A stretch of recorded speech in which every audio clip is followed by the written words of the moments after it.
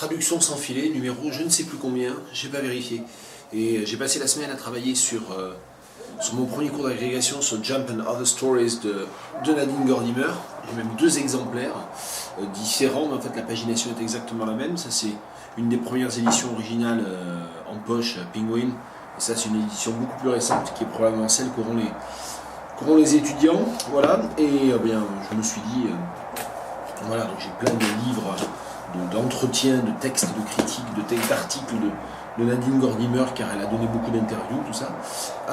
Et je me suis dit qu'on pouvait prendre le prétexte de ce lancement du cours d'agrégation pour traduire un petit extrait du recueil Jump and Other Stories. Alors, j'ai accepté de faire ce cours, j'ai proposé de faire ce cours parce que Monsieur Postcolonial, Monsieur Afrique, ici au département d'anglais à Tours, c'est moi. Tout en sachant que Nadine Gordimer, c'est vraiment pas mon écrivain préféré dans la zone. Et même si on parle Afrique du Sud, et même si on parle écriture des White South Africans, il y a plusieurs auteurs que je préfère. Et surtout à l'intérieur de l'œuvre de Nadine Gordimer, je continue, presque un an après avoir commencé à travailler sur ce texte, à ne pas comprendre pourquoi le jury d'agrégation a choisi ce recueil de nouvelles qui est vraiment, vraiment faible. Bon, c'est comme ça. Un beau texte, une des nouvelles vraiment pas mal, c'est Terra Loina. Donc on va commencer à lire ça et on va le traduire. A place for goats. We all must leave. Othello called here. That's all it was fit for, our island. The goats. After how long we don't know, because we don't know how or when we got there. A shipwreck must have started us. We have one family name only, Terra Loina. But Othello stopped here. They came over in small boats, black men with spears. They didn't harm us. We had always fished with nets woven of bark. They taught us to spear the great fish who broke our nets. They never went back wherever it was they came from. And so when we left, we had among us only a child here and there who was raw-faced and blue-eyed. We were coloured, neither very dark nor very light. A place for goats, we all must leave.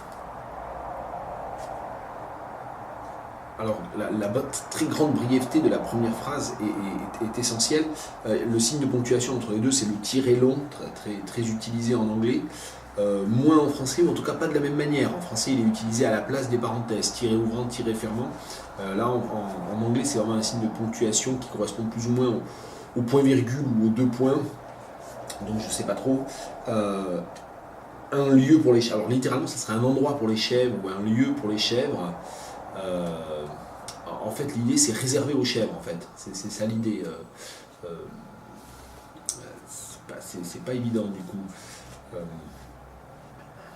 Un lieu bon pour les chèvres, peut-être. Un lieu bon pour les chèvres, parce qu'il y a l'idée de bon que pour les chèvres. Je crois que c'est... Sans aller jusque-là, je garderai un lieu bon pour les chèvres. On doit tous partir. Othello called here. Othello est passé ici. That's all it was fit for our island. C'est tout ce que notre île était. Elle n'était bonne qu'à ça, peut-être. Elle n'était bonne qu'à ça, notre île. The goats, les chèvres. After how long we don't know. Combien de temps il a fallu, on ne le sait pas. Nous ne le savons pas. Je ne sais pas si c'est oui, on va le traduire par nous ou on, parce qu'il y a l'idée de nous collectif, quand même, l'idée de sujet collectif, de communauté. Combien de temps il a fallu, nous ne le savons pas. Because we don't know how or when we got there. Parce que nous ne savons pas ni quand ni comment nous sommes arrivés ici. A shipwreck must have started us. Un naufrage, alors littéralement, un naufrage a dû nous commencer, c'est pas possible, a dû nous mettre le pied à l'étrier, encore moins possible de traduire comme ça. Ça a dû commencer avec un naufrage. We have one family name only. Nous avons tous le même nom de famille, Terra Loina. But Othello stopped here. Mais Othello s'est arrêté chez nous. They came over in small boats, black men with spears. Ils sont arrivés dans des barques, peut-être small boats.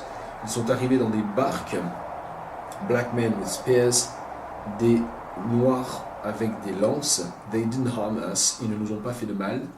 We had always fished with nets woven of bark. Depuis toujours, nous pêchions avec des filets. Alors c'était le seul passage dont je m'étais dit qu'il serait compliqué, parce que nets woven of bark, littéralement, c'est c'est des filets tissés avec de l'écorce. Et je dois avouer que je ne comprends pas très bien, même si je ne sais pas l'écorce de quel arbre est ici concerné. Bon, je pense que c'est curieux en anglais, donc je ne vais pas compliquer plus que ça, mais nous pêchions depuis toujours avec des filets tissés en écorce. They taught us to spear the great fish who broke our nets. Ils nous ont appris à harponner, c'est la lance, mais c'est aussi le verbe, donc on ne peut pas le traduire autrement par harponner, à harponner ou à tuer à la lance les grands poissons qui brisaient nos filets. They never went back wherever it was they came from. Ils ne sont jamais repartis là d'où ils venaient, là d'où ils étaient venus. And so when we left, et donc quand nous sommes partis, quand nous avons quitté l'île, we had among us, il y avait parmi nous, only a child here and there, un enfant de loin en loin, who was raw-faced and blue-eyed. Alors, raw-faced, je pense que c'est lié au fait de pouvoir rougir, c'est-à-dire de... Non, je sais pas, ouais. Raw-faced, âpre peut-être, à la mine âpre, ou au visage rugueux, peut-être, au visage rugueux et aux yeux bleus. Oui, ça serait pas mal ça. We were colored neither very dark nor very light. Notre couleur de peau n'était ni très sombre ni très claire. Voilà, donc c'est un texte qui va parler, qui parle d'une île où est née une communauté de coloreds, au sens vraiment sud-africain du terme, c'est-à-dire de métis, et un métissage qui est hérité en fait des premiers contacts de colonisation au XVIIe siècle avec les premiers esclaves bantous et malais qui ont été apportés par les Français et les Hollandais. Voilà, c'était une petite traduction improvisée du début de Terra Leuna, une nouvelle tirée de Jump and Other Stories de Nadine Gordimer.